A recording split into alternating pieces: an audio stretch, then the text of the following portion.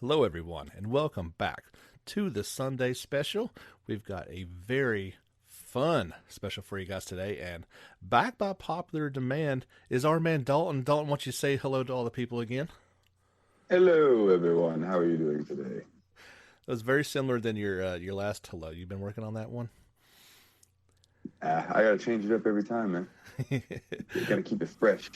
And well done, sir. This is going to be Sunday special number 14. And we are going to be talking about what was that game that came out a little while ago? Final Fantasy. I don't remember. Oh man, was it Adventure? Yeah, that No, was that was it. good. Final Fantasy Adventure for the Game Boy. That's Yeah, exactly what we're yeah. talking about. All right. God, I've been waiting years to talk about this. Everybody has. Everybody. So yeah, we'll talk a little about remake. We're going to be doing this kind of a little bit different though, because Dalton, you have not played the game, but you are currently playing through the original. Is that right? That is right. Excellent. So we're going Yeah. to have two different kind of perspective on things, and you do plan to play it here very soon, right? Oh yeah, yeah. It's definitely on my to play list right after Trials of Mana. Gotcha. Oh yeah, that's another one. Man, Square Enix, I tell you, they hit us hard with these two remakes 2 weeks apart. It's hard on a gamer. Oh, I know, man. I know, man. And Trials of Mana came out today, Yes, so today. so I am just like, woo. And if you're like me, we still not beat Royal, so No, way too no. much, way too many So much JRPGs. RPGs. Oh And yeah, man, that's it's been insane. it is insane times, but we're not content with just talking about remakes. So I think I've got a list of a few games, and you've got a list. And after the break, we'll talk about some of our other games that we feel like need this same remake treatment. So I hope you got a good list of stuff, Dalton. Dude, I've got some. I hope people like them. I hope I don't get flamed too hard for touching some sacred ones, but I do have a few that I think should never be touched as well. I always like So, that Game Informer called them the sacred cows that you just can't touch or yeah, offer up.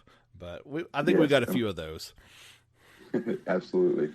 And then I think we've got a couple also that we don't think should be. So I kind of feel like that's just as important that maybe they're sacred or not, but just I don't feel like they need to be. No, yeah, absolutely. I have one or two in my head that I absolutely hope that they never try to touch. We can only hope. But so we will go ahead, we will go ahead and say that I have completed Final Fantasy VII Remake, and we will try our best not to talk about spoilers at the same time. In the interest of having a proper conversation, I feel like there are some things I want to talk about that I liked or didn't like, and you can't talk about this game without a few things. But we will try. We will certainly try. Like we're not going to talk about plot points and stuff, but certainly additions that they made to the game, whether they are good or bad. And so, Dalton, you actually are going to be playing the role of interviewer, and I so am. if you've got, why don't you toss me a softball or something that can break me All in right. easy on this one. All right, here's coming in for the first pitch. All right. Mr. James, first question for you. Opening cinematic, first time playing the game, first impression of the graphics, how'd you feel? Uh, to me, it obviously invoked Advent Children quite a bit. I Um, thought the same thing. that especially the extended opening where they show outside of Midgard, that desert type dry area that you kind of look like, oh, is this what Shinra is really doing? That they're sucking literally the life out of the planet all around them. Uh, it's stark and it's fantastic. I was one of the ones that actually saw it before the game, which kind of ruined a little bit. Yeah. Oh, was that? I remember you posting about that then on the group. Yeah. That I mean, I'm. I wish I could have seen all of it fresh, but that wasn't possible. The other, and I don't know if this is a good or a bad thing, but the actual people in the town, and then they showed in that opening cinematic as well. It did kind of remind me of what limited things you did see in 15. I kind of feel like they piggybacked off that a little bit and built off what they had done before. Um, Yeah, I could see that because I think it's the same engine, right? This I would, 15. yeah, I'd have to imagine that it. Well, this was Unreal. I guess this is Unreal Engine 4, though, isn't it? Oh, and yeah. and I'm that would have sorry, I been didn't mean engine now that I'm thinking about it. It's just the same, like, combat style and things like that. It's pretty much the same feel as 15, correct? it is. I've heard That's what I people meant. kind of talk about that. This is what 13 kind of wanted to be in terms of like the Oh, stagger really? system. Yeah, like the stagger system, and I kind of get that and braking and everything, but obviously much more action of 15. Um, I I think it completely blows those out of the water. I didn't care for either one of those games, and I really like this action system. Cool, cool. I can't wait to check it out. I actually, I have 13 in my Steam library and I've never touched Oh, really? it. Yeah. Um, I need to do you? just to see what everyone hates about. But yeah, exactly. That's the general consensus I find on that game. It's so funny. Like, you know me. I love my Final Fantasies, and I got the day it came out, and kind of just played it because I bought it and I had to. Yeah. Not liking it, got to the very end, completely put it down out of like, why am I even playing this? Because I don't like it. Uh, Picked it up a few years later and like, man, this game looks so good. But it's just not fun. Yeah, I've heard it's corridor simulator. Very much so. And the battle system is so, it forces you to play certain ways, which I don't care for. Um, I don't know, just Yeah. the paragram or whatever you say it system. But we're getting off on the wrong tangent, I think. But Yeah, we're getting sidetracked. it's kind of hard So, not to. But overall, yeah, I could not love the battle system anymore. awesome, awesome. Okay, so my next question for you was how is the new translation that you noticed? Because I know in the original Final Fantasy VII, there are some serious translation errors. I think they had to change quite a bit, and I don't know how it goes back to originally. That they talked at length about. We made a game that you read before, whereas this is a game that if you see somebody and you talk with them, it is all spoken. There is text at the bottom, but Really? there is not one single thing that's not voiced. Now those you Oh, can't go that's and cool. talk to every NPC. In fact, most of them you can't. They have the automatic voices on the side, but they're all voiced as well. This game is fully 100% voiced, and That is awesome. it's incredible, and it's one of those things you don't even really think about. You just take it for granted. Like I went back and I've once I beat it, I've jumped right back into Royal, and it's very actually limited in how much voice there is. You read quite a bit Yeah, of it, and I'm fine with a that, lot. obviously. But yeah, like every bit of this game adds up to like it's no wonder it took 7 years to make. There's so much in it. Every single voice is just wow. But yeah, as far as translation Oh, goes, yeah. I don't know what the difference would be necessarily. Um, I feel Well, like it is. Go ahead. I was just say there's an example. I think it was like "There Are Was Girl Hurt" or something like that. There's a few things in the original game that just slipped through production, I and didn't. Okay. but I didn't even think about that. Yeah, they had voiced everyone now. That's bad. Well, okay, let me not say that. That is super cool. Thank you. You stopped yourself You are there. welcome.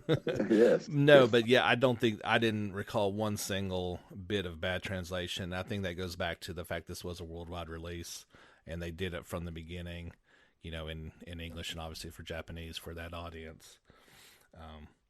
But it's phenomenal. Very few cringeworthy lines, all very naturally spoken. And yeah, they just tell this tale, and sometimes you just sit back and the visuals are better than Advent Children. There's a great video that kind of shows back and forth the last developer commentary that shows Advent and then shows this game. And you think Side by that, side. yeah, or like scene, Or one scene and yeah, then the next. You thought that movie looked good. It looks like it's just awful compared to what 15 or what 7 remake looks like. it's amazing to me that how far we've come in that time It as far really as CG. is. Yeah, and that's in game. Like everything is using that in-game engine. So like when you change weapons, these quote unquote cutscenes are all with that new weapon that you just acquired, and it shows the materia in each weapon. The level of Oh, detail that's blows cool. your mind. Now, my one last question about the translation and stuff, and, and then I'll move on from there because I have questions about materia. But Oh, okay. how's Barrett? Is it rough? That does lead into one of my points, obviously. And so Barrett's language is famously colorful in the Yeah. original. Um, did you make this point or somebody else that, originally it was a lot of exclamation or number signs and hashtags instead of the cursing? Yeah.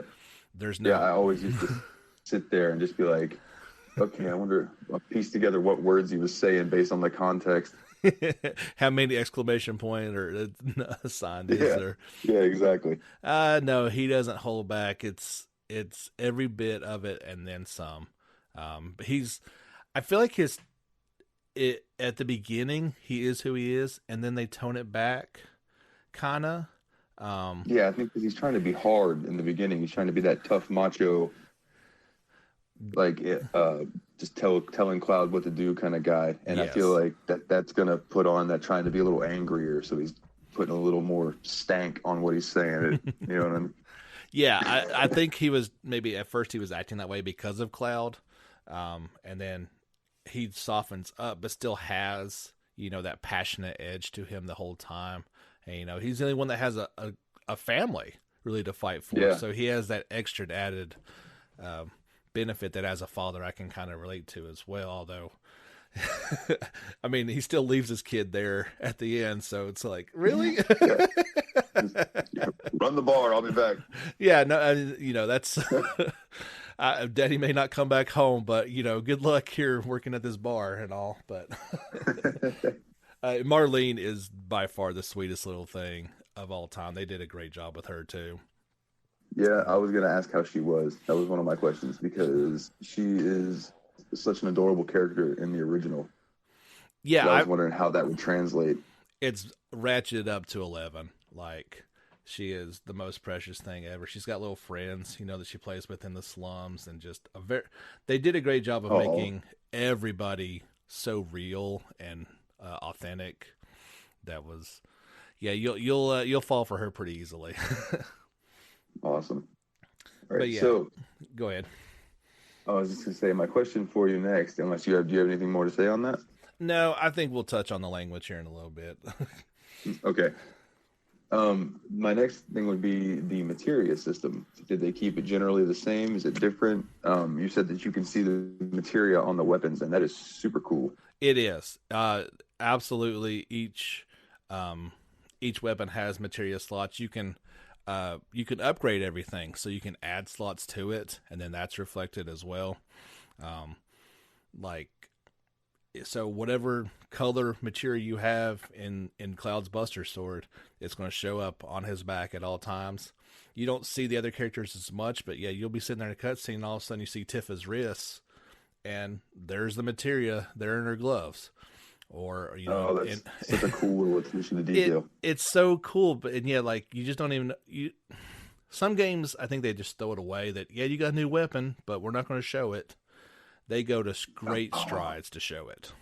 that always kills me. It's like, oh, I got new gear and I look the exact same. Yeah, like they don't do it with armor, obviously, but they do it with the weapons, and that's really all that I ask for. Change a weapon. There's so few weapons. I mean, obviously, you're only talking about the first part of the game, so I think Yeah. I think about five is what I've experienced. Obviously, there's more you can play through. Like if I play through on hard mode, there's going to be some additional items that you could kind of get to, but you can definitely play it with the Buster Sword the entire time if you choose to. You Now can. that would be an interesting playthrough. It would be well because you upgrade them, right? And then the stronger, the more you use that weapon, you get to a different weapon level. You can advance it even further. So it wasn't until probably 10. I'd say like the third weapon that I got for Cloud, I finally switched it up because it was finally going to be stronger once I upgraded it than this Buster Sword. Wow, that's impressive. That's It that's nice is. that they give you a weapon that's that usable from the beginning. It does, and you can kind of cater it like so. Obviously, some weapons are going to be stronger in magic than they are in physical attacks. So if you've got Aerith, you'd want to go with the more magic one. At one point, you'd play without her, and so I kind of made Barrett into my magic user, and I used the weapon that would enhance. His attack was terrible to begin with, so might as well just turn him into a magic user. You need to. You can't just have 3 tanks going at it the whole time. You really got to use some strategy. This is true. But no, they did a great job with. The only thing that was a little weird is there's no all material. So really, yeah, there's one. I think it's called Magnify. If I know, I'm sorry if I've said the wrong thing, and it will allow you to jump your spells from one to the other, and you could set that as your Curia and have that on your players as well. But you only got one of them in the entire game that I found, so I was definitely using it from a magic person. So when they cast fire on one, it would leap from the surrounding enemies, and that was a really cool effect, let me tell you. But that sounds cool if it just jumps from one to the other. It's pretty cool. But yeah, I basically, you have to have a cure material on each person that if they need to, they can heal themselves at any time. But there is enemy skill materia, but I didn't find it. Maybe I missed it or something. But other than that, it's pretty faithful. You level up the materia as well, so just do the fights. It gets up to fire, fear, and then Farraga. So pretty cool, actually, the way they do it. Does it still affect your stats? Yeah, like certain materia will. It's just lower your strength and things. Yeah, there's a couple of them that way. It's really most of them don't do much of anything, but other ones will add, like 2 MP and 2 magic. It's mostly magic based. Very few add physical in terms of like attack, if any. The summons do. Like you each person can equip one summon materia, and then they have different bonuses that can tend towards physical. But other than that leads into one of my other questions. How are the summons, and how do they look? So how did that feel? It's totally different. Okay. I think Ifrit's the first one that you get, and so I don't know if you recall this, I said in one of the podcasts, it is condition based, and it's not on every fight. So I'll go ahead and tell people it's only in the bosses. Yeah. Oh man. So it's like 15 in that aspect where it's like the summons kind of just show up when they want. It's not quite that dumb, and that infuriated me to no end that, you can summon somebody randomly. No. You definitely build up a gauge, and then once that gauge is filled, then you can summon them. But it's a little, it doesn't happen all the time. So I've been playing with my daughter, has been watching it, and so she adores chocobos. Who doesn't, man? Who doesn't? Exactly, who doesn't? So all the girl wants to see is me summon Chocobo and Moogle every time. And I was fighting one boss fight, and the bar never shows up, and so it never fills up. And I'm sitting here breaking my daughter's heart because I can't summon, and trying to explain to her, I don't know why Daddy can't summon right now. I don't know why. It was pretty harsh, but it is. You definitely you unlock new ones. I think I found 2. I found Chocobo, which was let me go ahead and say this. You can absolutely not find that materia. You can easily miss it. It's kind of on a little sub area that you're not required to go to, which I actually thought was awesome. I like when they put in missables, because it gives you an incentive to go through again if you miss something. It does. Try to get it. And so this is that one part, and you're walking down this walkway, and all of a sudden, like, the walkway gives out because you were going for a piece of materia, and Barrett even jokes like, "Oh, you was going for that materia, huh?" It was so cool. But then, like, it's like, let's see if we can't find another way around it, and another in that same area. You get to the end where you can, like, proceed or not, but it says, like, it'll stop you and say, "Hey, there was that materia over there. Did you want to actually go get that before we left?" And you can choose yes or no. So nice. I appreciated that quite a bit, because I was ready to just head on. I was like, oh wait, I did actually want to go get that. Yeah, that's actually a cool way for them to implement, like, hey, you might want to go get that. You need that. You're going to want that. It's not going to like make or break you, but you're gonna want that. Now the other ones are like Shiva is through. I don't know if you saw they're talking about that character Chanley or Chanley. He's a child researcher. He's actually working for Shinra, but you complete certain battle requests for him, and through his research, the more you do for it, then you can unlock. He can actually develop summon materia. You do a fight. Oh, that's pretty interesting. Yeah, so you end up actually fighting Shiva, and you defeat her. You now get that summon materia. Oh, okay. Yeah, Okay. I believe that's how. That's a cool way to do it. Yeah, the Leviathan is that way, and another summon that I think he was in the original. I might leave that one. There's another one out there that you can get that's pretty fun. I'll leave that one as a surprise for people, but Ooh, I'm intrigued. it's a lot of fun. But yeah, that's. I think there's probably like 6-ish that I came across. There may be some more out there the more you play, but that is the primary way. He gets you some unique. There's tons of new materia, by the way, too, that weren't familiar with. You have all your standard stuff on there, but there's some new, different. The deadly dodge materia. Tifa has a chakra one that kind of heals her. Oh, I like that. I like that. By the way, how did you growing up? Did you say Tifa or Tifa? I always said Tifa. Okay, so you were correct. Yeah. All these years it's been Tifa, and then Really? Oh, I just how it looks. That's how I would say it. So or I guess that's just how I thought it was. And, Yeah, I don't know why I called it Tifa. It's just what I called it. Well, now we are required to say Tifa. I can't say it anymore, so that's the, okay. the real argument that I see is it Eris or Aerith? It's Eris. I mean, they definitely changed that, but Yeah. I mean, it's Aerith now, so there's no. It is what it is. That was from I find that strange. Was that the Japanese, and then they changed it for us? Was that what it was? It was the Japanese and the Europe version was Aerith, and then Okay. we were Eris. Okay, I thought there was something like that. I mean, I don't And really. then they were just like, you know what, Americans, deal with it.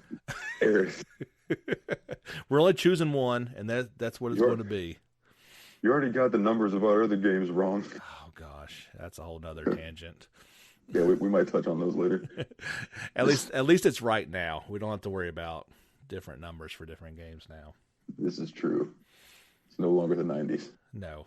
Well, and sadly, no, it's not. I guess that's all I got to say about materia. Okay, I've only got a couple more. Okay. And I'm going to lump these two in together. How were the new side quests, and were they mostly filler, or how did they fit in? And also, I have 2 words for you that I'd like to know if we can touch on, and those are Don Corneo. We can talk about him, sure. I don't see why not. He is one of the best bad guys in the game. There's a lot of them, and he is so over the top. It's ridiculous. That's what I wanted to know. I just wanted to know if they made him Tiger King level crazy. Not quite. Nothing is quite that crazy. But he is absolutely a faithful, just awful human being, and he's a slime ball, and that's exactly how he was. And you mentioned side quests. I'll go ahead and say there is a later on side quest with him that you can pursue, and side quests are totally meant to enhance and fill in extra story bits. So that's kind of completely optional. Yeah, you don't have to do any of it, but it's really cool, and I definitely encourage you to do that. Oh man, I'm a side quest person. I mean, come on, I put 190 hours into Persona 5. Yeah. So you're a side quest fool like I am, for sure. Yeah, I'm all about seeing what the game's got to offer, man. I think that there might be some hidden ones that I didn't find, but because at one point you have access to everything, and you've got to kind of discover side quests, but they've all got that kind of exclamation point over their head. You can see them on the map. I did them all that I could. Yes. To answer your first question, absolutely, it is filler, and it is made to turn a. I mean, what do we think the original to play through the entire Midgar? 7 hours, maybe. Yeah, I'd say so. Probably about between 5 and 7, depending on how fast you're trying to speed through it. Right. I mean, depending on how much you really want to do and see everything. Let's go to the high barn and say 8 for argument's sake. I think the quickest you can get through this whole game, for what I've seen, is about 24 hours. Oh yeah, so they definitely had to fill in gaps for sure. There's a lot. I clocked in at 33, and that was doing 90% of everything. I could have stretched out a little bit more, but they they did quite. There's a lot. There's extra areas that are not in the original. I mean, obviously the side quests, they make you do things that you probably normally wouldn't do, but that's how you get, you go through those side quests, forces you to go to the areas to level up, which makes the game more fun. I mean, that's what it's all about. Yep, absolutely. It's all about that grind. Yeah, oh, absolutely. You can definitely, there's plenty of places that you can go and there's no enemies. So you definitely need to kind of do some of them to get stronger. And I bet one of those is Aerith's house. And I want to ask you, how does that look in the game? Because I know even in the original, that little scene of her house is so just quaint and peaceful looking. Absolutely. And it's so stark in its difference from the slums. You've got this. It really is. You've got this gorgeous house, flowers everywhere, the waterfall, the water, that sense of peace is with you right away. And yeah, that if it was just the house, it would be so out of place because it's an actual house. It's not some shanty, pieced together with metal and boards.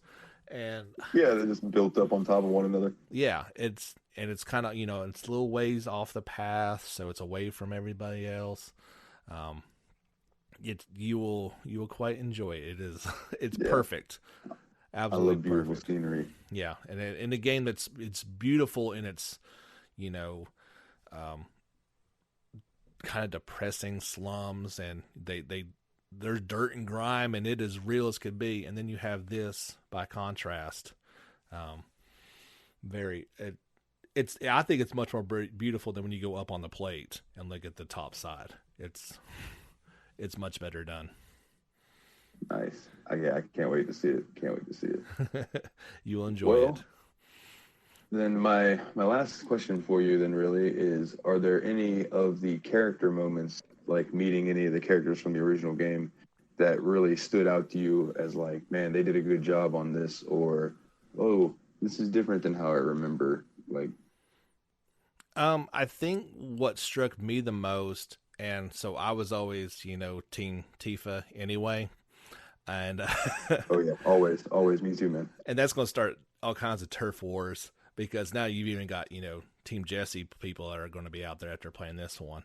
But yeah, I've heard they expanded on Jesse and those guys. Oh, which is cool yeah, too. that's Avalanche is completely fleshed out. You care about these people, you know about them a million times more than you ever did in the original, and that's awesome. Yeah, they're cool. They're cool guys.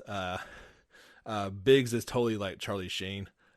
He looks and acts just like him, and it's very that's awesome, but not crazy. Like cool, composed, like old movie Charlie Sheen. It's very very well not Tiger done. Blood Charlie. No, not eating a sandwich off of the floor, Charlie. But good stuff. But no, so they very much make it that you are there to help an old friend, and like you even have like a quote unquote an apartment to go and live in, which is right beside of hers. So I guess I just felt like they touched on that interaction and the everyday life aspect of it a little bit, especially at the beginning where you're trying to do odd jobs to raise your name as a mercenary and get money, because that's the only way you know how to make money. But yeah, I just felt like they did her character so well, and I just fell in love with her even more than I already did. And by the time you get to the Dawn's section and she shows up in her blue dress, it's like, oh my goodness. That whole part is just It's a really, between her and Aerith in their dresses, it's stunning how well they did that.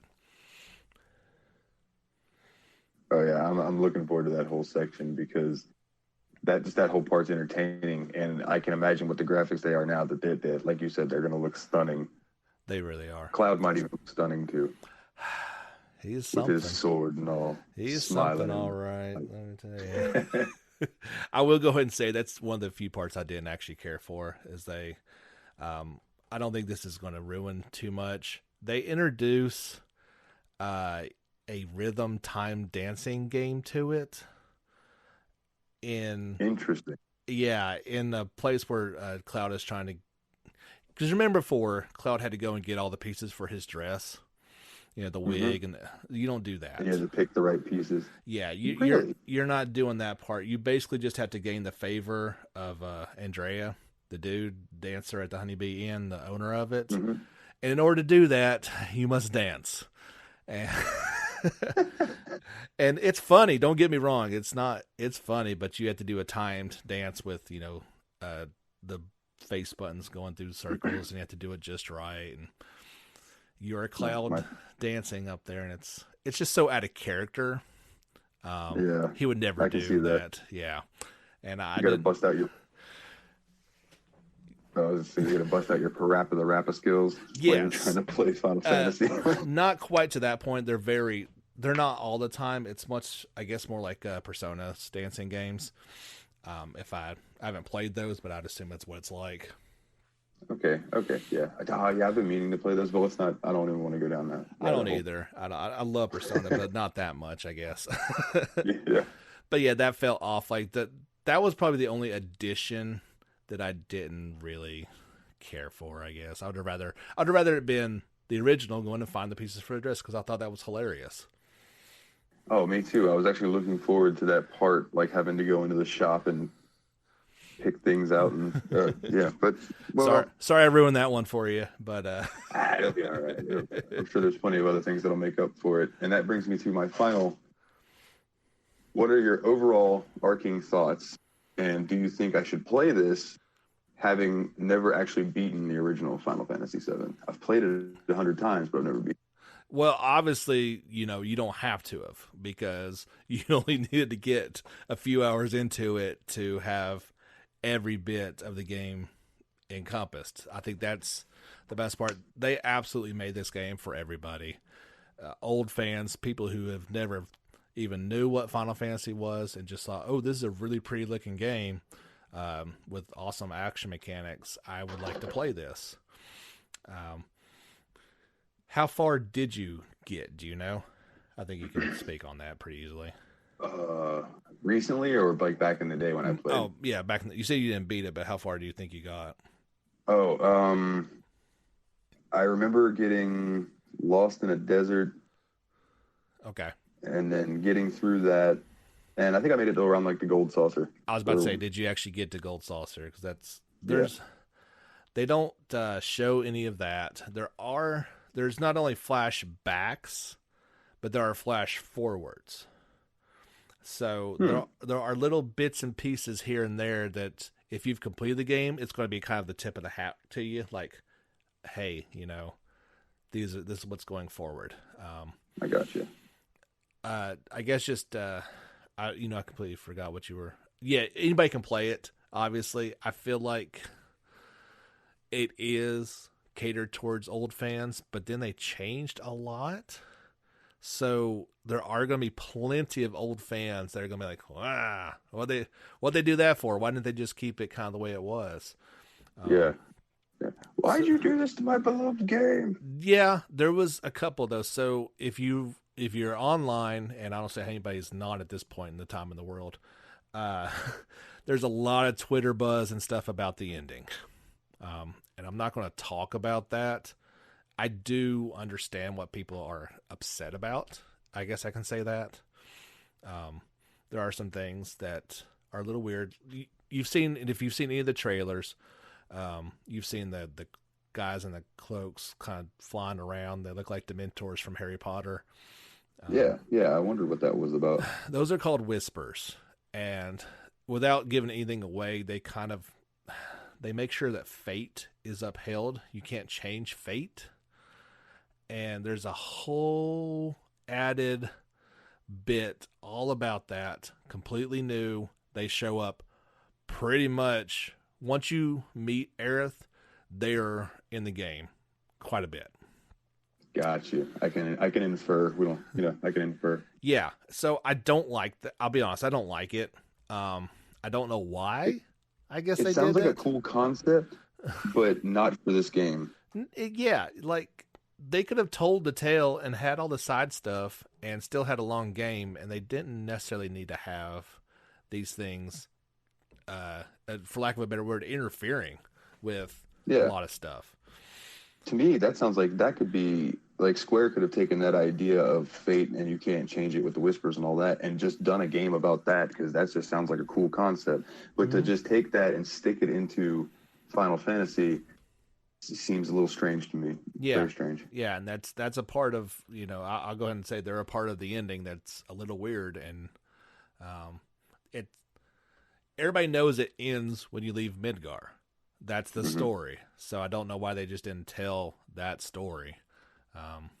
You do see, I guess you didn't get to Gold Saucer, but you do see at least one character, I'll put it this way, that is in your party from the original that makes a small guest appearance in this one. So I think I know who it is. You probably do, because there's only a handful of them that are not. But I can tell you this too. It was said before, but Red 13 is not playable. He's not controllable. Okay. I was gonna say I must have missed that part. What? Yeah, I misspoke. He is a guest in your party, and he fights alongside you. But yeah, you can't bring him. It's so weird. I don't know why, but yeah, no, you can't bring him into your party and control him. That's very strange. Yeah, I don't know what that was about. Maybe it's because the combat's not turn-based, so maybe it's because he's an animal, and they think switching between doing animal fighting with the controller, and I don't know. That's the only thing I can guesstimate on, but honestly, they all play so differently as it is, the four of them. He would probably just kind of act more like Tifa anyway, with speed and quick strikes and, somersaults, and right. I don't go up there and just start throwing paws. Yeah. I mean, I don't know. His character's fantastic. I loved him in it. I'm glad that so I've made the speculation. I don't know if you had a question for this or not. I would have given this game an 8.9 or a 9 out of 10. And it would be a 10 out of 10 if it were not for the stuff that they added. Interesting. Yeah. So it was only that's solid though. That's still a solid rating. Oh, I'd love to give it a 10 because on we talked about the visuals, we talked about the voice acting, we talked about the battle engine. Everything is done to perfection, which we have not been able to say about Square Enix. Yeah, since they were Squaresoft, exactly. There you go. That's, even like, games that we loved, like 10 and 12, they still had some issues in them, but they put everything into making this the absolute best game ever, and they added stuff that took away from the best game ever. And that's a little, kind of hurts me just a little bit, but it is what it is. Yeah. Sometimes you gotta take the bad with the good. The only other thing I would say I didn't quite care for is sometimes when Cloud is by himself, or even the other party members, when you're one-on-one, it kind of feels like Kingdom Hearts in a weird sort of way. Like it loses the strategic element to it, and it's basically just turns into a blind hack and slash. Hack and slash, yeah. Yeah, and so that's interesting. Yeah, like that's one part I didn't expect to feel like, but it does that, and it's not very often, thank goodness. But Cloud is so much fun to play with. I definitely enjoyed playing. I enjoyed playing with all 4 of them, to be quite honest, and switching back and forth between all of them based on certain situations or calling out certain abilities with the shortcuts was handled expertly. Awesome, man. I look forward to checking it out eventually. Well, you shouldn't have to wait too long. I mean, a couple months.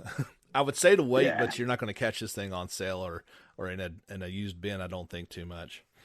Oh yeah, probably not. Probably not. That's all I've got to really say about it. Do you have anything that's popped up since we started talking? No, man. I think we covered it all for that. Good deal. All right. Well, let's wrap up this part of it, and we'll be back here in just a moment after a word from our sponsor, and we'll talk about some other things that deserve this remake treatment. All right, everybody. Welcome back to the Sunday special. That was a lot of fun having a chit-chat about Remake, but we're not done there. So we're going to sit back and talk about some of the other games that we feel like deserve this full remake treatment. There's always the debate of remaster versus remake, so we're definitely going to go with the latter on these that need to be from the ground up redone and put into there. So Dalton, we definitely focused on JRPGs, but you've got a couple others, maybe some bonus ones later on that are not in that field. Is that right? Yes, I do. Yes, I do. Just certain games that I played as a kid, growing up, PlayStation. I just really wish that I could play these games again, just without maybe like tank controls or without other things that were precedent back then that now are just archaic, I guess would be the word. Yeah, absolutely. There's no other way of putting it. Yeah. Yeah. I know for me personally, I mean, not only does FF7 do a fantastic job, but Resident Evil 2 was just, oh my goodness, that is exactly how I haven't you do gotten to that yet. You've got to. If you're a fan of the original ones, oh yeah, yeah, they absolutely did that game perfectly, and it's so brutal, man. It scared me so bad, but I loved every single second of it. I was gonna say good. That's the way I like my Resident Evil. Yes, Yeah. And I think those are the bars right now. That's how you make a remake. Yeah, I've even heard good things about 3, and I saw some people complaining that like this Resident Evil 3 remake is too short, and I'm like, well, the original game wasn't really that long. I've heard about 4 hours to play through, if I'm not mistaken. Yeah, I mean, I've seen people blow through in 4, like I'd say 3 to 6 hours that I've seen variants. See, but people blowing through it. I think what that's also coming from is how long 2 is. So just playing through Leon, I think took me 12-ish hour, maybe even longer, and then obviously you can play through it completely again as Claire. So I think that's kind of what people were a little upset about. Yeah, it's definitely not fleshed out like 2 was, but I mean, even back in the day when those games came out, they were the same way. It was, and I think they added the mercenaries added to part 3. Is that why that was probably thrown in there? Yeah, I believe so. Well, that's enough of this nonsense. We'll get back to Why don't you? I'll let you go start this off and give me. I mean, these are in no certain order, but just one that you feel like. We'll kind of just go back and forth. All right. So for the remake, my first one is going to be Illusion of Gaia. Nice, very nice. I think that game would be just incredible now, like with the action RPG elements that we have gotten to these days compared to what it was back then. Being able to go around in the levels and collect all those dumb little red jewels and switching back and forth between, was it Friedan and can't remember the other guy's name. Shadow something. Yeah. And just switching between them and having to use them for boss mechanics and things, I think it would be a really, really fun game. Plus, for a Super Nintendo game, that game was really pretty. It was. I mean, The Adventures of Will, was that his name? Yes. But I think I think that game would absolutely need to get a game we've not talked about too much, but like you said, it came out today, Trials of Mana, where they take that 2D engine over top and then make it into a full 3D. Is that what you're talking? Yes, yeah, that's exactly what I'm talking about. I think that's what you have to do. Is you can't just make a pretty version of the game that you love. I think you kind of really need to make it from the ground up and do it right. Yeah. At least, I mean, just from the demo alone, we've seen what they've done with Trials of Mana, and it looks incredible. So I think you're on the right ball with Illusion of Gaia. And I will throw this out there I'll just tag along with Illusion of Gaia.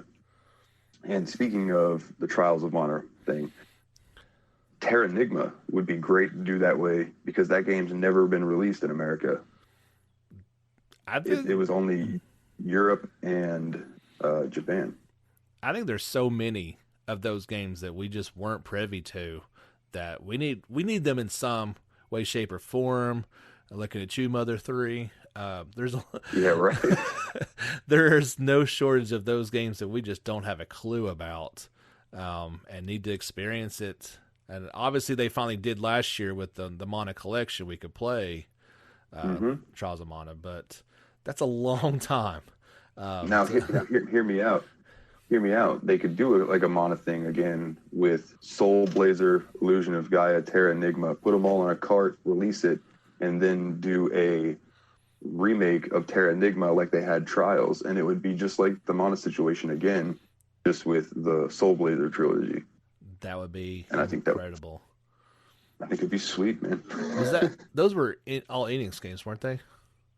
Yes. Yeah, that's what I thought. I guess, a part of all this conversation is this is up to the fans. Like, these developers are not just going to do this without outcry from the fans, i.e. what happened with FF7 is just years and years and years of, we would love to see a remake of this. Yeah, absolutely, man. I mean, everybody that I knew growing up was like, oh, Final Fantasy X. Man, can you imagine if Final Fantasy VII looked like this? That would be cool. And I still would like to see that, by the way. Yeah. Just an actual redoing of 7 in its battle system, but with 10's graphics. I think that would be phenomenal. Yeah. I achieved making it look like an early gen PS2 game on PC with mods. Mm-hmm. But as I told you, one of my mods messed up, and when I uninstalled it deleted my save file. So that's rough. That's so harsh, man. That's the risk you take with modding. They don't want you doing that mod stuff. They don't like it. All right, so what's yours? What's your first game? You spoke of a collection, and so I'm going to piggyback off that just a little bit. One of my favorite series, and I feel like they are beyond due for a new entry that we'll never get, but I'd love to see it with Suikoden. Yeah. I mean, Suikoden 2 in particular would be at the very top of the list, but I could see a collection of completely remaking that game, and it would go over so well. I really feel like it would. Man, that is a game series I've always meant to play, and I have Suikoden 2 on my PS3, and I've never played it, and I've been meaning to because I know it's stupid good from what I hear. It's so unique too. Like, there's nothing really like it. Yeah, I mean, having 100 people that you can recruit into your party—that's insane. Each one is 108, and that's the only way to get like the good ending is to get them all. Which wow. I've actually never done.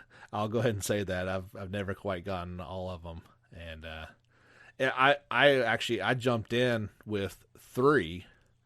That was my first one. I didn't actually like that one. Oh no, I've heard that's pretty much the one that no one likes. Well, see, actually, I've heard that nobody likes 4, which I really enjoyed. I put a ton of time into. 5 is so good. Like, that's the pinnacle of the series in terms of graphics and gameplay. But just the story was so great in 2 that it still gets all the headlines. And now that series capped out on PS2, right? It did. Yeah, that was the last way Konami buried it. That's a shame. It is, and it's not coming back. Like, they have publicly over and over said it's not going to happen. So this is the best we could hope for is, 1 and 2 on the PlayStation 1, and then 3, 4, and 5 on PS2. I'd love to see some sort of collection. They could just for the collection. Yeah, remake 1 and 2, but then I would be happy with just an up-resed 3, 4, and 5. Yeah, totally. That would be sweet. I would play them the day they came out, or at least one of them. I couldn't play all of them, obviously. If you need it right now, play Suikoden 2 on. Do you have a Vita? Dude, no, and I really want to get one because I've got so many PlayStation classics that I want to be able to play on the go. Mm-hmm. But I do have a PS3. Yeah, so. I found with that one in particular that with a lot of PS1 games, they look really good on that small screen, and when you try to blow them up onto your TV, it completely loses all of its graphical fidelity. Maybe I'll play that. I'll hook my PS3 up to my computer monitor, so it's a little smaller. That would probably work out excellently. Yeah. All right, what's your? All right, let's go throw another one out there for the masses. All right, anyone who knows me, this is going to be a huge surprise. I don't know. Final Fantasy VIII. Final Fantasy VIII needs the exact same treatment that Final Fantasy VII got, so people can finally see that it is the superior game, in my opinion. So you've made no qualms about this. That is your favorite FF, is it not? Oh, dude, I love VIII. I don't know if it was because I was an angsty teen and I related to squalls, whatever. People hate on the junction. Yeah. The whole junction system. When I was a little kid, I didn't understand how that worked. So, I barely used it. I just played the game and just thought it was stupid hard. It is hard. And then when I got older, I realized, yeah, exactly. I got older. I'm like, okay, this game is hard, but now it's a little easier that I've figured out, how to do the junctioning and all that. And I feel like that they would if they remastered that game or remade that game, they would probably remove the junction system, and it would piss so many people off. But I can't see that translating to gameplay styles nowadays unless they keep it turn-based, which I would prefer. Yeah, I don't think they would. I don't think they would either, because they've just got this weird thing about let's make everything an action RPG. Kingdom Hearts did well. Yeah. That made it was good. Don't get me wrong. I love Kingdom Hearts, but keep it out of my Final Fantasy games. You could put Final Fantasy in Kingdom Hearts, but keep Kingdom Hearts out of Final Fantasy. Well, they certainly kept Final Fantasy out of Kingdom Hearts in 3. So I know. But I mean, the story in 8 is fantastic. I feel like there's a lot of visuals in that game that would be incredible to see, maybe in 4K. Just big battles. So you're not content with the remaster that they put out? Okay, so let me tell you. Let me go. It was all right.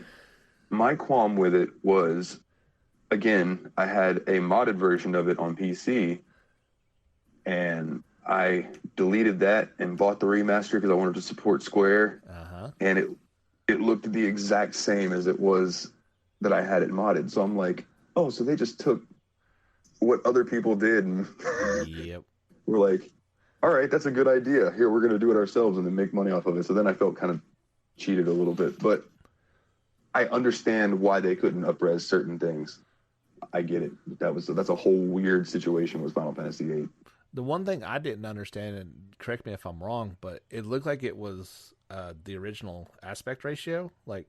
It wasn't pulled out to at least 1080, because it looked like there was the black bars on both sides. Yeah, I believe it's locked in that. What is it, 640 or 720 or something like that? It might even be 480, to be quite honest, from PS1. I don't know. I mean, the characters look fantastic, but oh man, yeah, it's all right. I mean, I enjoy it for the speed up thing that they added and those little quality of life things. But as far as, am I happy with it being called a remaster? Meh. They did a lot better on 10 and 12. Yeah, I think that's probably just because the graphics they had to begin with were. Yeah. I mean, That's the difference from Yeah. PS1 to 2. There was a huge jump. And not to mention 8, like the only reason they were able to remaster it at all was because of the PC files. Yeah. Like they, all, it's amazing to me that they just, all of that stuff burned. It's gone.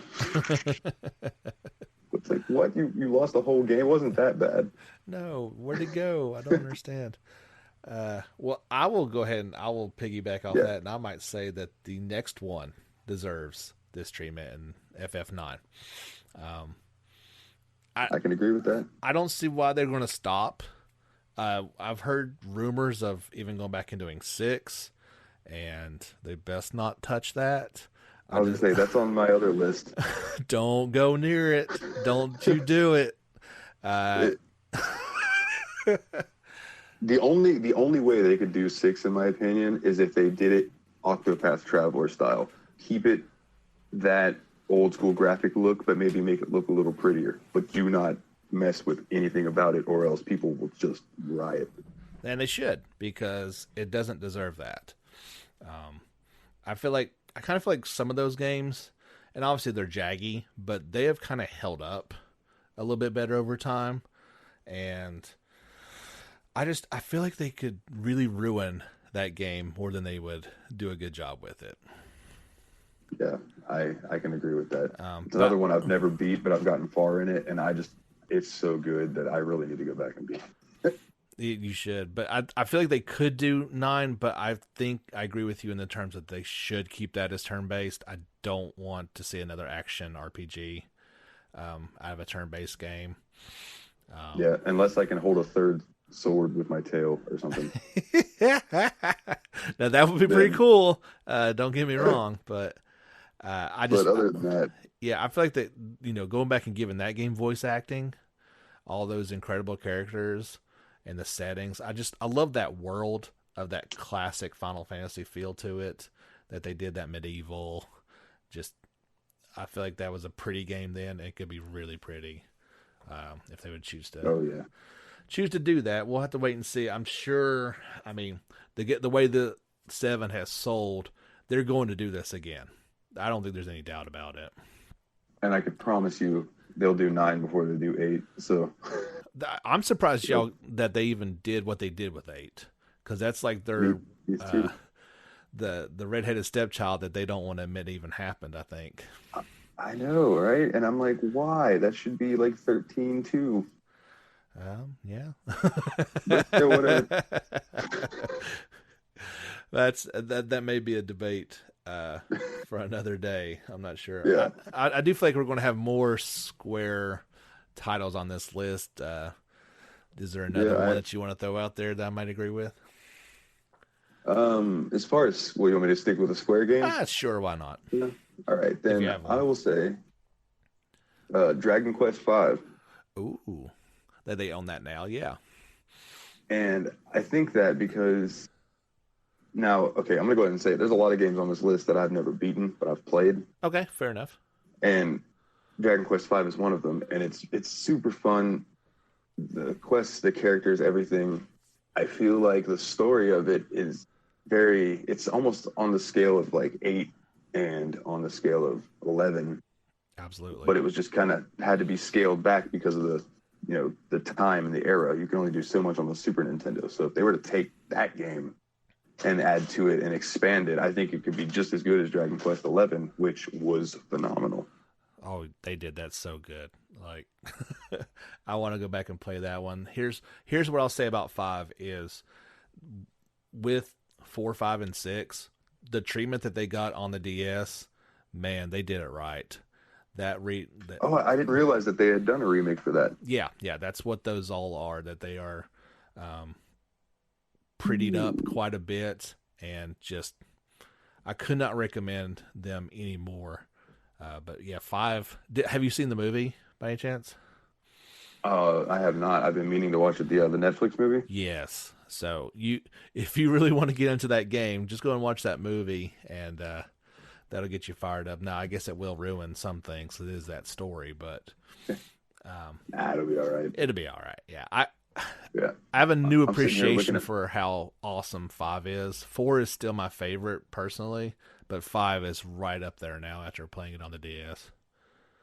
Yeah, I'm sitting here. I'm looking at my 3DS. Like, hey, you play DS games? Let's maybe check out some Amazon later.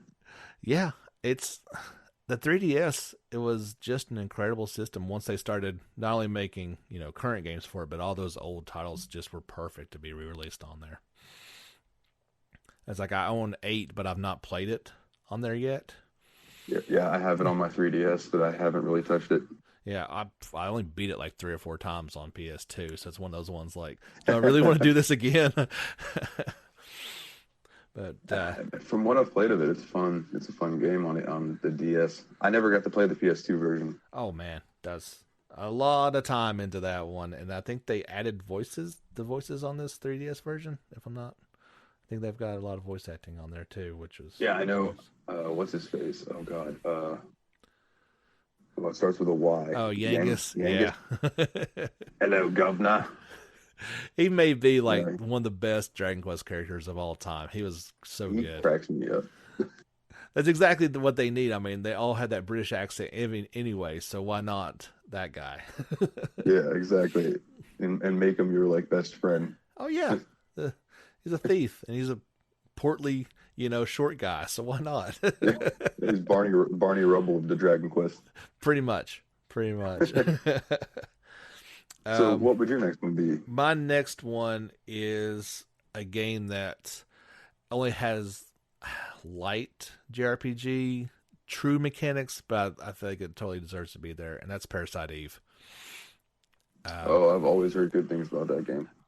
It was different because it was guns instead of swords and stuff. Your main character moves around the battlefield and gains advantages, but it's still turn based in its essence. But Yeah, it was a dark, kind of almost a horror type of game. that's how I've heard it referred to. Yeah, it's like Yeah, a horror RPG. very gruesome. Like the cutscenes, there's tons of blood. Telling a completely original, story set in New York City, snow. It's Aya Bray is a great main character. That now don't even go part 2 because that game was garbage.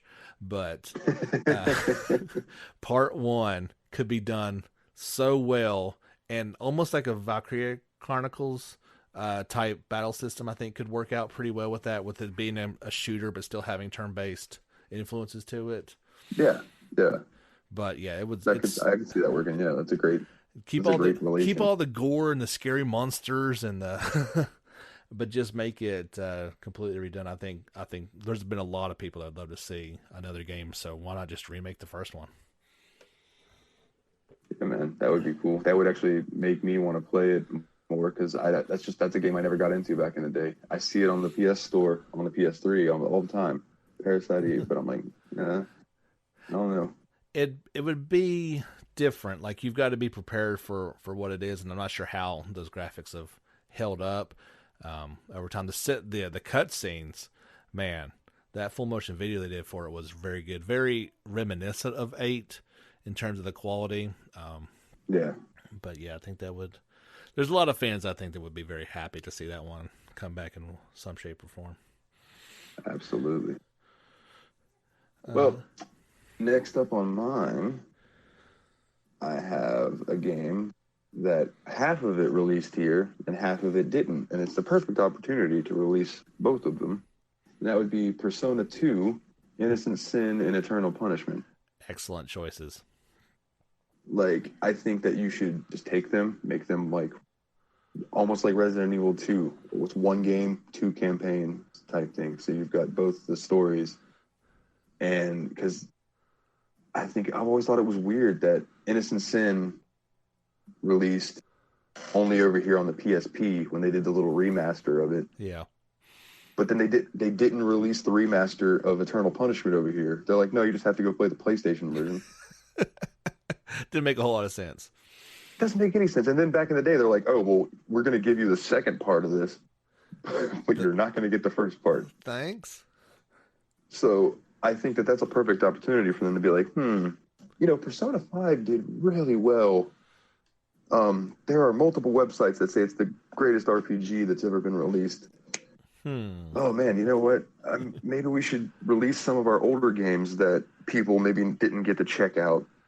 Or, for me personally, I am super looking forward to like Shin Megami Tensei 5 on the Switch. Mm-hmm. So that could be another avenue, is Atlas redoing some of the old Shin Megami Tensei games and bringing them out as well.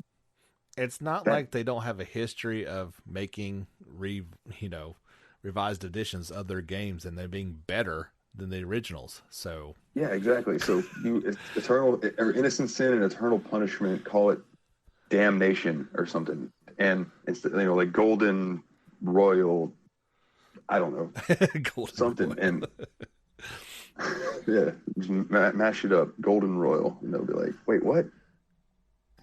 I don't see why not. I mean, the fever for Persona games is pretty high. I never got a chance to play those, so I'd love to see, but I'd love to play it like an updated version. Like I think it'd be hard to kind of go back and play it as it was. They're very interesting because they are isometric camera, so it's like the camera's up in the corner while you're running around. But for being the type of game that it is, the controls are fluid for being a PS1 game. Now, the look of it, yeah, it could use a remake for sure. I think they could. They could look at it. I mean, Atlas has got a few dollars coming in, so they could probably do that. Yeah, and if they made it look anything like Persona 5, I think people would just flip.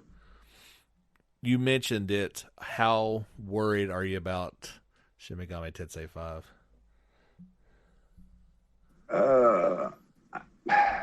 I think it's going to be good. I don't know if it'll ever come out. I don't either.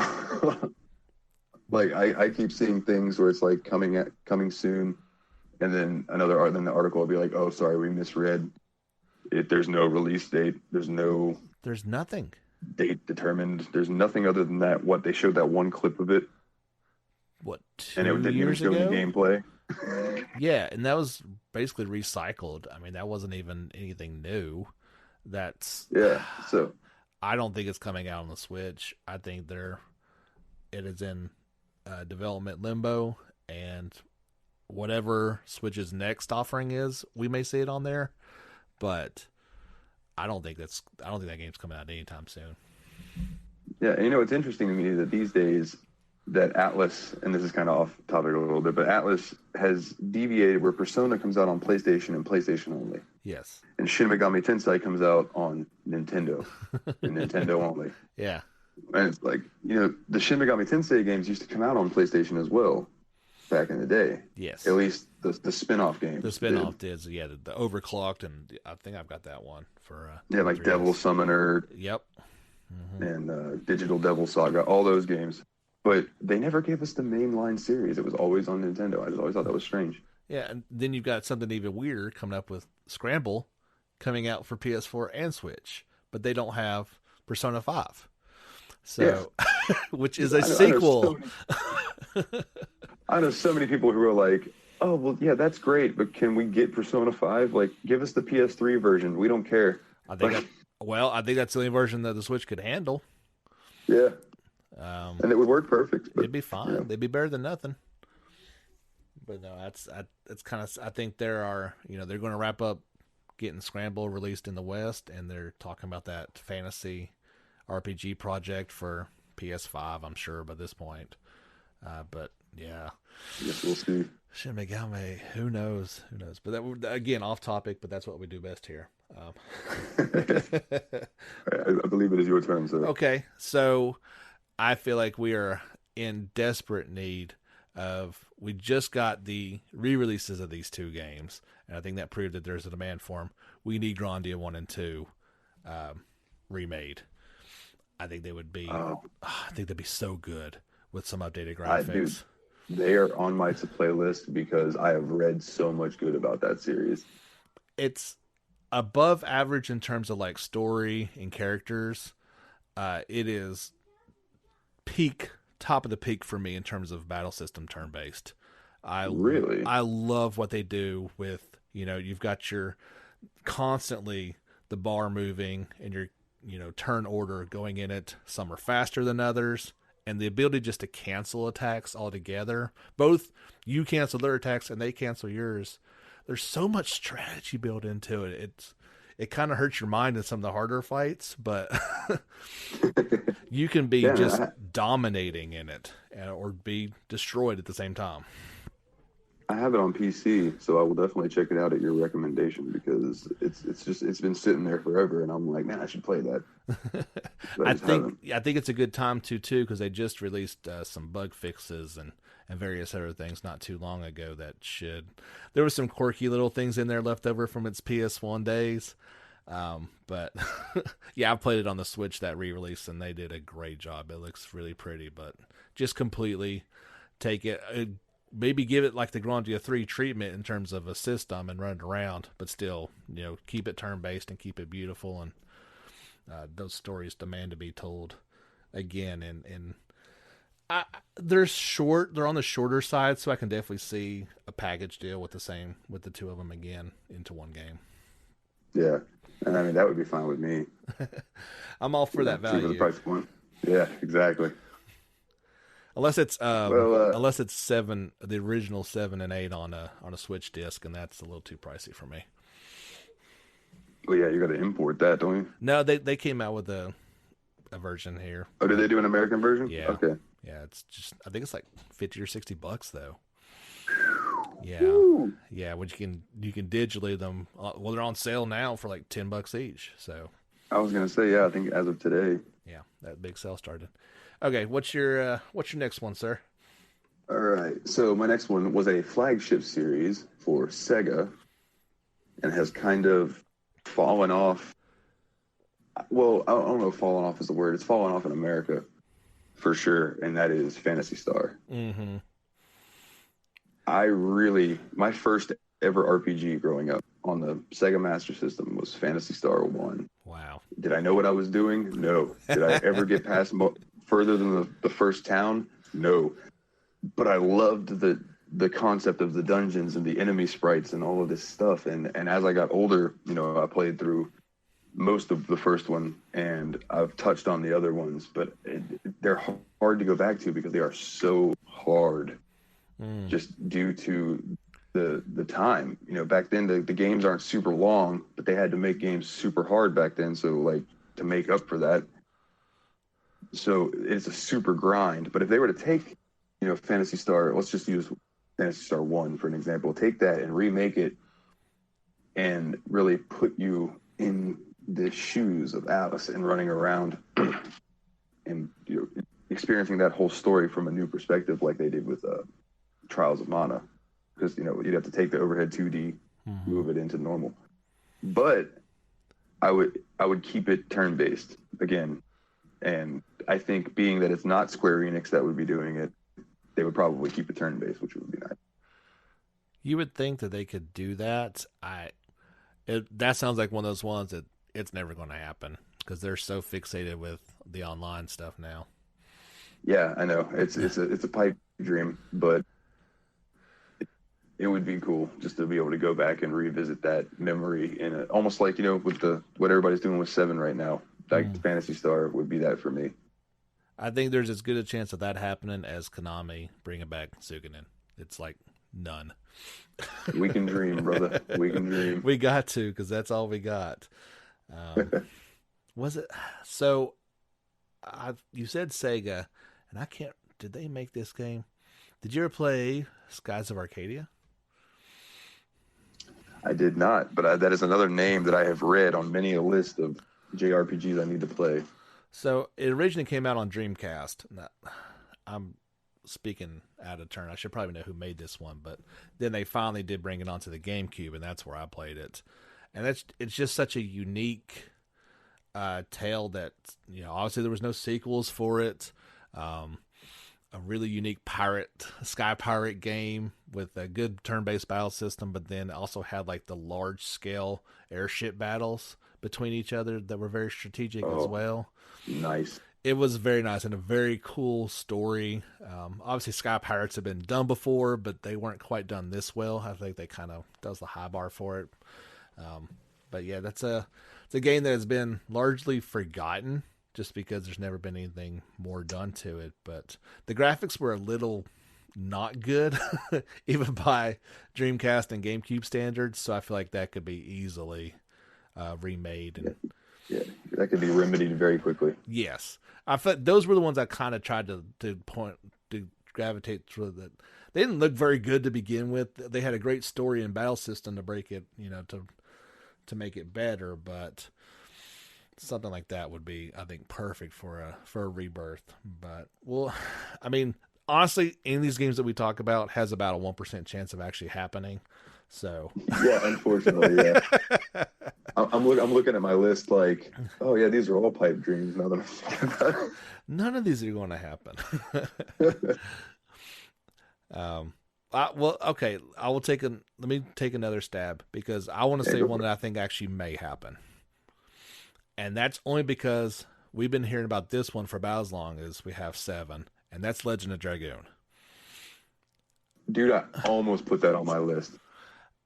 I was so close to putting that on my list. I only did because of course, I loved it, back in the day, but Sony can do this. Like, they need a game like this to be redone and brought back out. People have been just screaming for this to happen for so long, and all we got, was the PS1 re-release of it.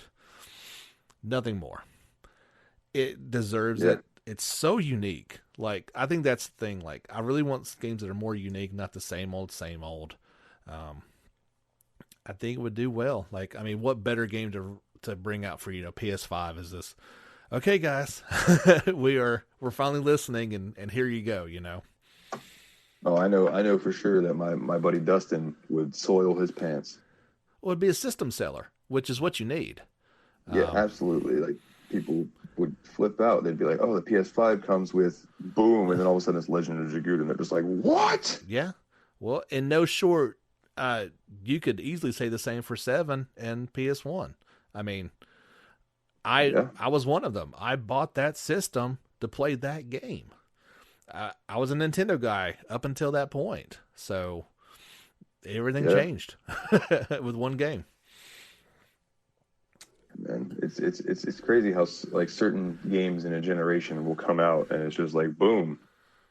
This game is the reason people are buying this whole entire system.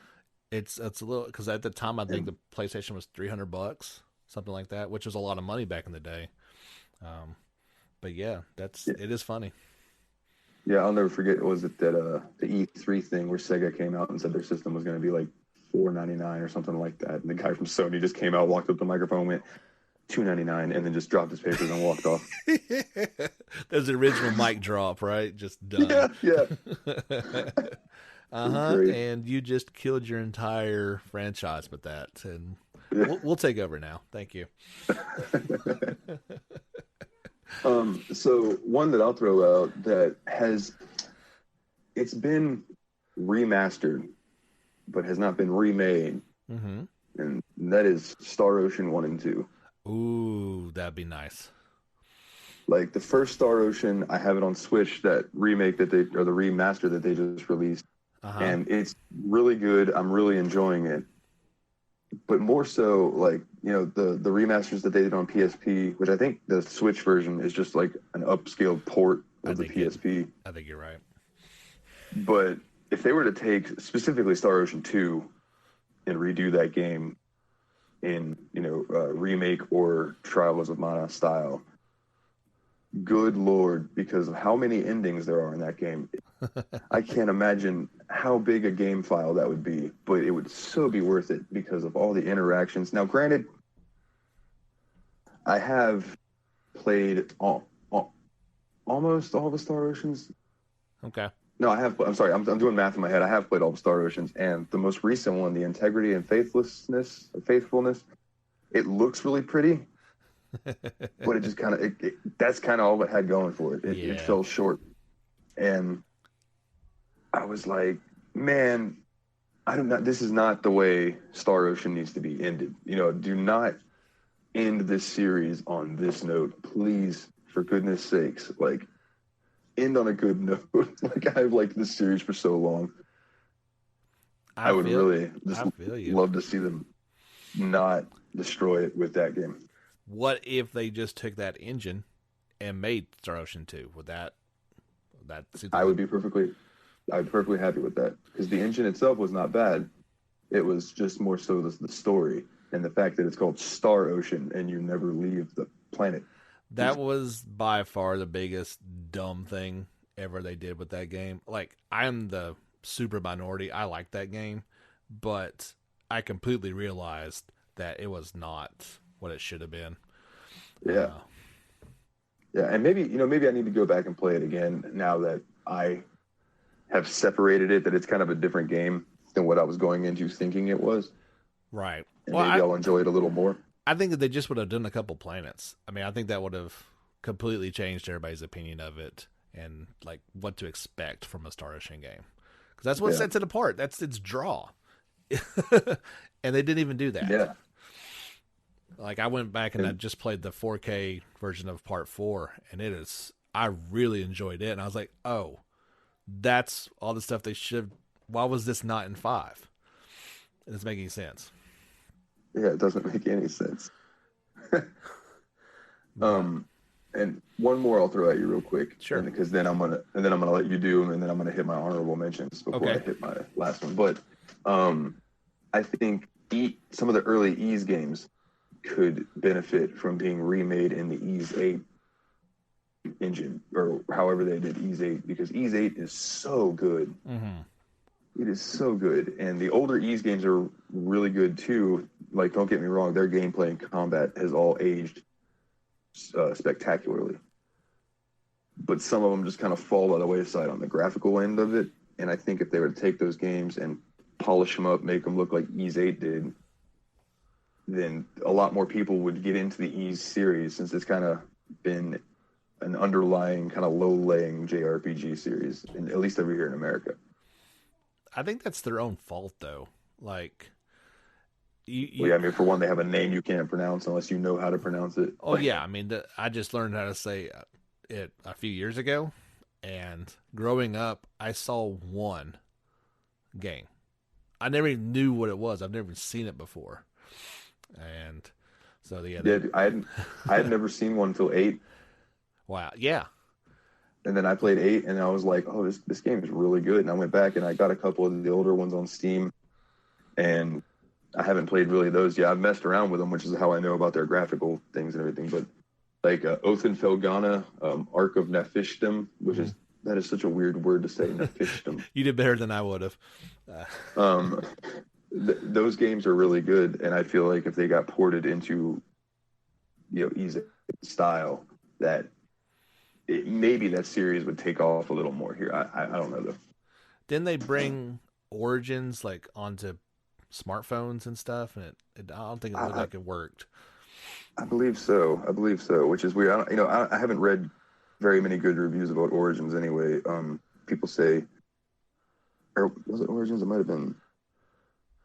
I don't know. I'm drawing a blank now that I'm trying to sit here and think about it. But I know one of the games that came out, they were like, why'd you do this?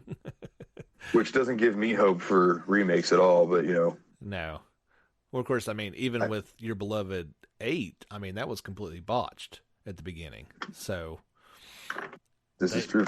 I mean, they've got I feel like that's why they've taken so long with 9, is they can't afford to mess it up again. No, they really can't. They really can't. I think that would be a serious blow to their financial area. It could be a fatal blow. They might not bring them out anymore over here. So we'll have to wait and see. But yeah, that would be, I feel like they could do that with a lot of game series that have got that many entries in it. Just kind of go back and redo them right. A fresh audience to experience it. Well, oddly enough, the only one that you really mentioned that I had on my list was Persona 2. I'll go through a couple of these a little quickly. This one is, I feel like they could remake it, but they'd have to put some time into it and make it done right. Something like Chrono Cross. Oh man. Dude, okay, so I was gonna put Chrono Cross on the list, and I was like, I don't know. I was like, I don't know how well that would be. It could be done right, obviously. Like, you don't touch Chrono Trigger, that's fine. That's a Super Nintendo. It actually still looks beautiful. But Cross, Chrono Trigger is the one that you don't. That's another one. Yeah, you don't touch it. Don't touch that. But I just feel like Cross was another one of those PS1 games that tried to do so much that it at times didn't look very pretty, even though it was pretty. If that makes sense. Yeah, it was struggling to achieve so much that it didn't achieve anything really. Like yeah, and fully. But I feel like and I'd still keep it turn based, but just completely go back and redo all those backgrounds and characters, and it could. I feel like it could be done right and kind of. I feel like it got a bad rap for some reason because I really enjoyed the game, but obviously it didn't rise to the level of Trigger. So I don't know. I've actually went back and tried to play it on the Vita here fairly recently, and it still holds up pretty well. It looks good on the small screen, but it was one of those games that I feel like it suffered from having too many characters and not enough really good ones. If that makes sense. Yeah. I've heard that over the years. I've actually never played Chrono Cross, but Okay. I have heard that it kind of tried to bite off more than it could chew in more ways than one. It's got a weird battle system in terms of like your standard attacks. It's really hard to explain. Like you don't just attack once. Like you could do like, let's say like 5 light attacks, or you could do like a light then a strong, a medium, and then or like a strong, and they have different degrees, chances of hitting or how much damage they'll do. And even to this day, I don't understand it. Like, I have no idea. That sounds very strange to me. I probably did a terrible job of describing that, but that's the best way I can remember is just, okay, I think this will work, so let me start hitting some buttons, and I beat it. So obviously something worked, but I feel like that'd be a good one. Now, another one on my list that is on nobody else's list is Legend of Legaia. Are you familiar with this one? That's a name that I've read, and I've never played it. It's the one that kind of had the fighting system turn-based to it, and you'd input directional attacks, and if so many of them, they would go into a combo. People hate on this game, but it's one of those ones like it was special to me, and I don't know why, but I just enjoyed it so much. It sounds unique. That sounds like a very unique fighting style, so I can see why you would like it. Like, it's different. It had a pretty good story that was pretty unique. You might look it up sometime, but there was a sequel, I think they just called it Legaia 2, though, for PS2, that I didn't care for as much as the original, but it's one of those ones that's not going to be in a lot of people's lists, but that's mine. So that was all your JRPGs that you had? Well, I have one more JRPG. Okay, go for it. And it is Tales of Phantasia. There you go. So we're on the same wavelength. Go. I'm like, all the Tales games I've played, I've never beaten a Tales game. I'm really bad about playing games and not beating them, but I've played Berseria and I've played Vesperia. Okay. And I really liked them both.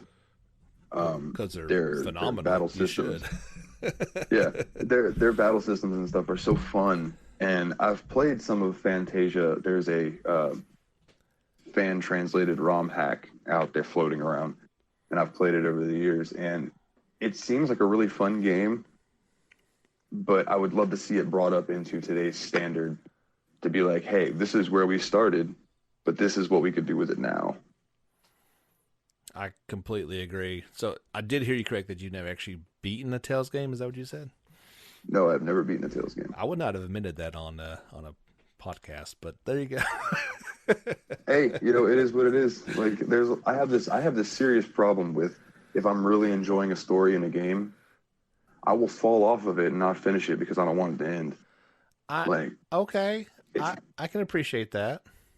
It's dumb, I know, but like all these years, I've never seen the final credits to Final Fantasy VIII. Oh gosh, wow. Yeah, I know. I've made it to the final boss, but I've never beat her. Just don't want the end. Don't want it to end, man. I don't know what it is about it. That's different. I've not heard that one before, but I understand it. But it is on my things to do to stop doing that and start beating games. So eventually, you got to stop doing that. I would definitely recommend because like it's particularly like Berseria, because the ending of that kind of wraps up it and the game before it. Not that you played that one, but It was Zisteria. Zisteria. Zisteria, isn't that the one before Berseria? It is, and man, I did not like that one. But No. no, just it tried so hard to be likable, and then just kept on kicking itself and making you not like it more and more. They changed the Tales battle system in some ways that were not well received in my mind. The characters were kind of ho hum. Yeah, I could do another podcast about why I don't like that game, but maybe we'll do that one day. Just hate on games. Yeah. Just games we can't stand. We just that would be a good one. But I feel you. I was actually going to say Fantasia and then Destiny 1 and 2. Just redo all those PS1 ones. For nothing else, I didn't play any of those, so I get in on Symphonia on the GameCube was my first one, and I've heard nothing but people say like, "Oh man, like Destiny 1 and 2 are those are so good. Like you've got to go back and play those." And I don't have a couple $100 to go and get them. You know, they're they're crazy expensive. I don't know. I guess they're probably on. Are they on Steam or? I'm not sure. I know that recently they released Symphonia on Steam, and I picked that up. But I haven't seen the earlier ones. No. Symphonia is so funny. Like it has such a great place in my heart. But then you go back and play it, and it's so slow. Like it. It seems like a very slow. Yeah, I can imagine. Because I had never playing it originally on the GameCube, so like when I loaded it up on Steam and I was playing it, and I'm like, oh man, this game's cutesy and fun and pretty, but it just seemed like a slog at first. It is, but it's not its fault. Like at the time, it was great. You know, it was perfectly balanced. It's just each game has gotten faster and faster and faster, so you can't go back and play that one. It just doesn't work. But you definitely want to finish Vesperia, which I just got to play for the first time when it got re-released. Man, that game is so good. That's what they need to be. I have it on Switch, and my buddy Nathan, I had posted it on Facebook when I had first gotten it, and he goes, "Oh man, I lost 350 hours of my life to that game. Have fun." Holy cow! Wow. And I was like, "Wow." That was one of those ones back in the day. I'm like, how in the world did this only come out on Xbox? How much money did they have to pay for this? You know? Yeah, that's the console specific RPG games are always weird to me. Well, I understand them if they're going to only want to come out on PlayStation because that makes financial sense. Why you want to come out on a system that's got like 100? There's like 100 Xboxes in all of Japan. I don't know why you want to do that. Oh yeah, I didn't even think about that. Yeah, that Microsoft over there is just like nothing. They're not even a thing. Like I don't even think you can even buy it. So I know I've seen videos with like Metal Jesus on YouTube and stuff. That he went over to Japan. Dude, he was getting Xbox 360 games sealed for like $10, $20. Oh, I mean, they probably just would have given it to you as you walked out the door if you bought something else. Yeah, it's great. It's like, oh, this American guy. I'm sure he came over here for 360 stuff. Yeah. Which is all on a different tangent. That's the whole reason why it's so weird with Phantasy Star Online too. But yeah, but don't get me started on that. I had to throw that out there. Do you want me to burn through my honorable mentions real quick? Yeah, let's go ahead and we'll do a couple of those and we'll wrap this. Been a little bit long, but I've quite enjoyed it, so we'll keep on. Yeah, man, for sure. So so just really quickly, honorable mentions that are not JRPGs. Divinity 2: Eco Draconis was the first game I ever played, and at the ending, it has a twist that blew my mind. The quirk about this game is that eventually you can turn into a dragon. So like you can just run and jump off a cliff and hit a button, and your dude does a flip, and you turn into a dragon, and you can start flying around. It's a fun game. It was for Xbox 360 and PC, so it's on Steam and stuff. Crazy. Okay. Next series is I don't know if you've ever heard of the series Gothic. Uh-uh. There's a PC gaming series. No. So there's Gothic 1, 2, and 3, and then they turned into, I think, the series Risen or some, I don't know. It turned into something else, but Gothic was the first game that I remember that when you loaded in, you're like a prisoner on an island and you are not the hero. Oh. Like, if you pick up a sword and go try to fight somebody, they're going to kill you. Like, you have to actually earn your way up to being the hero. Wow. It is unforgiving and brutally hard, but it rewards you for putting in that effort. That sounds pretty cool. Next up, Siphon Filter. That's awesome, man. I was going to say that. Heck yeah. Me and my dad played that game so much when I was a kid. Siphon Filter was so good. Gabe Logan, bring him back. He deserves it. Did you play all, I guess, 3 of them? Was that? I know there's 2. I think there's 4. I didn't play the PSP one, but I definitely played 1 and 2. There was 1 and 2 on PS1, and I think there was a third one on PlayStation 1. And then there was PS2 Omega Strain. Okay. I know I owned 1 and 2, but my memories are of 1. See, that's all I can really remember, but just how much I loved those games. Yes, and please, if you do it, whoever made that game, if you remake it, please leave in being able to tase people till they catch on fire. That's the only point. I don't want that if it's not in there. Seriously, exactly. Two more to touch on before I jump onto this last one that I have. Jack and Daxter would be cool. That would be awesome. Do a remake of that. Legacy of Kain. Soul Reaver. Man. Soul Reaver, yeah. Would be cool to have nowadays and go in and play it. So my final honorable mention, and if you know me on Facebook, these won't be a surprise either. Elder Scrolls, Daggerfall, Morrowind, and Oblivion. You're not the only one that really like those, no. And I have to throw out that Daggerfall would be cool because the map of Daggerfall is the size of actual Great Britain. Oh, wow. Like, they said to travel from one side of the map to the other side of the map takes an actual week. That's kind of insane. Yeah, but it's a lot of it is procedurally generated back then, but it's like it doesn't generate. It's set to generate, but it doesn't generate till you're walking there. Okay. So it's like towns might move a little bit, but it's all in the general area, but it's not there until you're walking to it. Well, that makes sense. There's no way they could load that much at once. No, especially not back then. No. We're talking, this was a DOS game, I think, or maybe not too long after DOS. Oh, wow. Yeah, so. I would say it's crazy. They'd probably be open to that idea. Those are cash cows for them, so.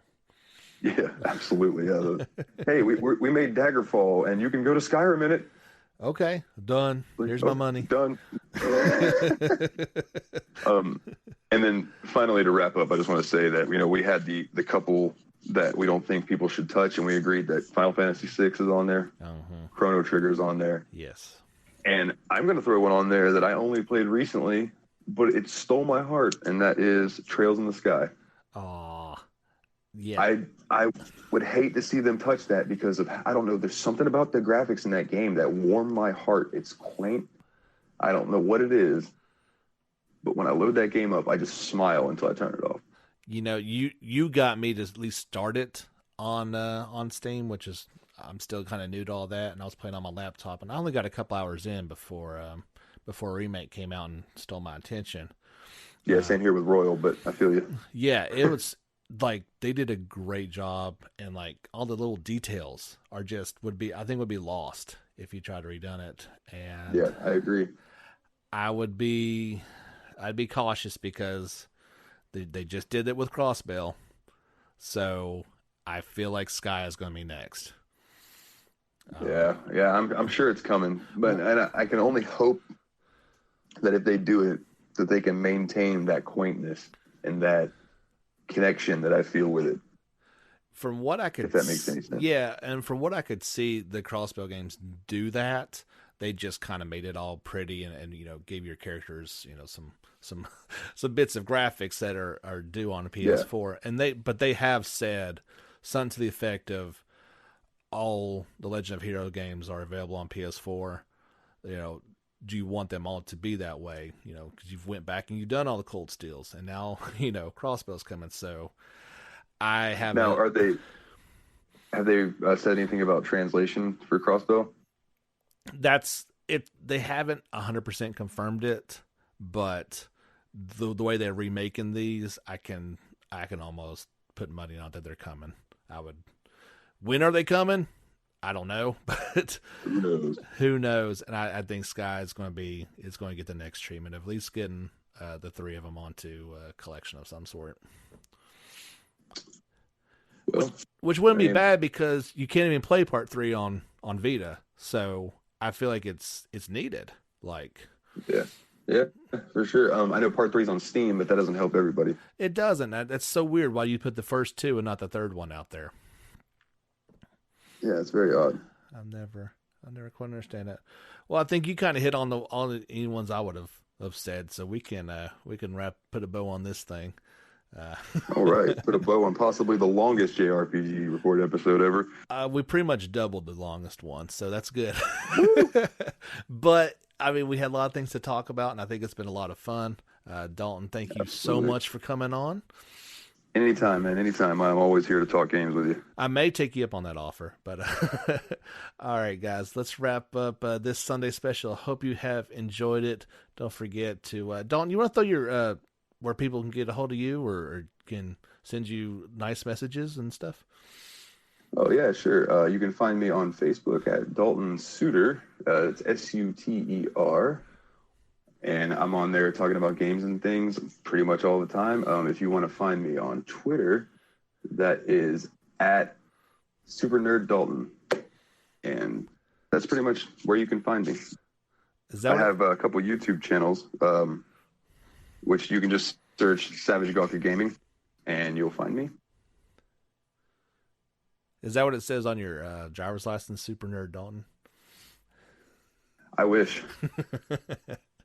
I wish that would be really cool. That would be awesome. Definitely. You can definitely go check out Dalton on Facebook. You do. Are you still doing your music and doing covers and stuff on there?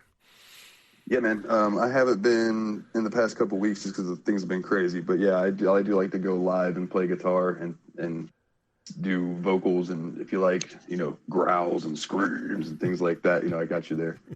So We will definitely check that out. Thank you so much, dude. And we will definitely be talking to you here real soon.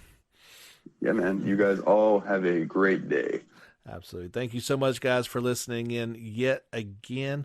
We'll be back with our regular podcast on Wednesday with all the news of the week and next Sunday with another special Sunday special.